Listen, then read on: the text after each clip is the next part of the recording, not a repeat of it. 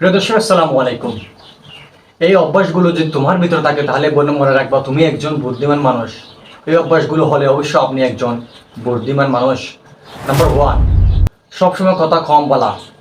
মনে রাখবা তুমি যদি সবসময় কথা কম বলো তাহলে মনে রাখবা তুমি একজন বুদ্ধিমান মানুষ, এবং যে ব্যক্তি কথা কম বলে সে একজন বুদ্ধিমান মানুষ। নাম্বার টু, সব পরিস্থিতিতে শান্ত থাকা। মনে রাখবে যে ব্যক্তি সব পরিস্থিতিতেই শান্ত থাকে, যত বড়ই পরিস্থিতি খারাপ হোক না কেন, সে শান্ত থেকে সেই পরিস্থিতির মোকাবেলা করতে পারে, সে একজন অত্যন্ত বুদ্ধিমান মানুষ। তুমিও যদি সব পরিস্থিতি শান্ত থেকে যদি তুমি বড় বড় সমস্যা যদি সমাধান করতে পারো তাহলে মনে রাখবা তুমি একজন বুদ্ধিমান মানুষের মধ্যে পড়ো। নাম্বার থ্রি, একা থাকতে পছন্দ করা।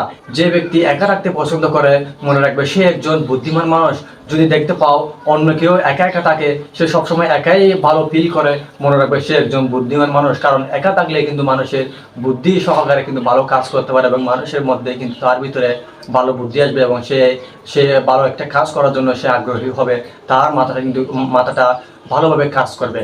মনে রাখবা তুমিও যদি একা থাকতে পছন্দ করো তাহলে বুঝে নিবা তুমি একজন বুদ্ধিমান মানুষ। নাম্বার ফোর, তর্ক করে সময় নষ্ট না করা। যে ব্যক্তি অন্যের সাথে তর্ক না করে সময় নষ্ট করা যে পছন্দ করে না, সে একজন নিঃস্বার্থে বুদ্ধিমান মানুষ। হ্যাঁ, মনে রাখবা তর্ক করে সময় নষ্ট করার চেয়ে সেই স্থান পরিত্যাগ করা, সেই স্থান থেকে চলে যাওয়া, সেটাই কিন্তু বুদ্ধিমানের কাজ। যদি তোমার ভিতরে যদি এটাই থাকে যে তুমি তর্ক করা পছন্দ করো না এবং তর্ক না করতে চাও, তাহলে মনে রাখবা তুমি একজন বুদ্ধিমান মানুষ। কারণ তর্কের মাধ্যমে কিন্তু মানুষের কিন্তু ক্ষতি হয়ে যায় এবং মানুষের কিন্তু কলম নষ্ট হয়ে যায়। সেজন্য অন্যের সাথে কখনোই তর্ক করবেন না। নাম্বার ফাইভ, বোকা মানুষদের এড়িয়ে চলা। যে ব্যক্তি বোকা মানুষদের এড়িয়ে চলে সে ব্যক্তি কিন্তু একজন বুদ্ধিমান মানুষের মধ্যে পড়ে।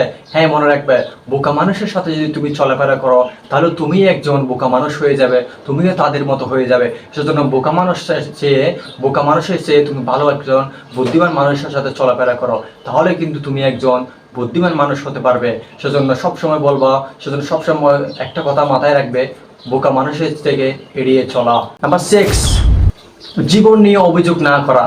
হ্যাঁ, মনে রাখবা আমাদের জীবন এটা যে এত সহজ না। জীবনটা যে আজকে দুঃখ কালকে অবশ্যই সুখ আসবে, আজকে সুখ অবশ্যই কালকে দুঃখ আসবে। আজকে আমার দিন কালকে তোমার দিন, আজকে তোমার দিন কালকে আমার দিন। সেজন্য জীবন নিয়ে কখনোই অভিযোগ করবেন না। যেই পরিস্থিতিতে থাকুক না কেন সবসময় শুকরিয়া আদায় করবে, আল্লাহ তাআলার কাছে শুকরিয়া আদায় করবে। দেখবে তোমার জীবনে কোনো দুঃখ থাকবে না।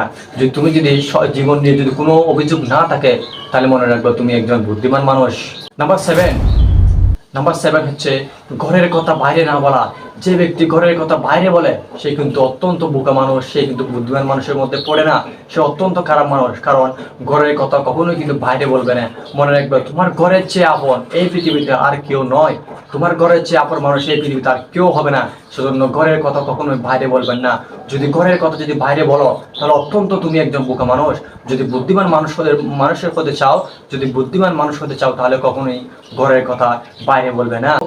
নাম্বার এইট, বিপদ আসলেও হাসিমুখে মোকাবেলা করা। প্রত্যেকটা মানুষের প্রত্যেকটা জীবনে কিন্তু বিপদ আসে। প্রত্যেকটা মানুষের জীবনে এই পৃথিবীতে যত মানুষই আসুক না কেন, এই পৃথিবীতে যত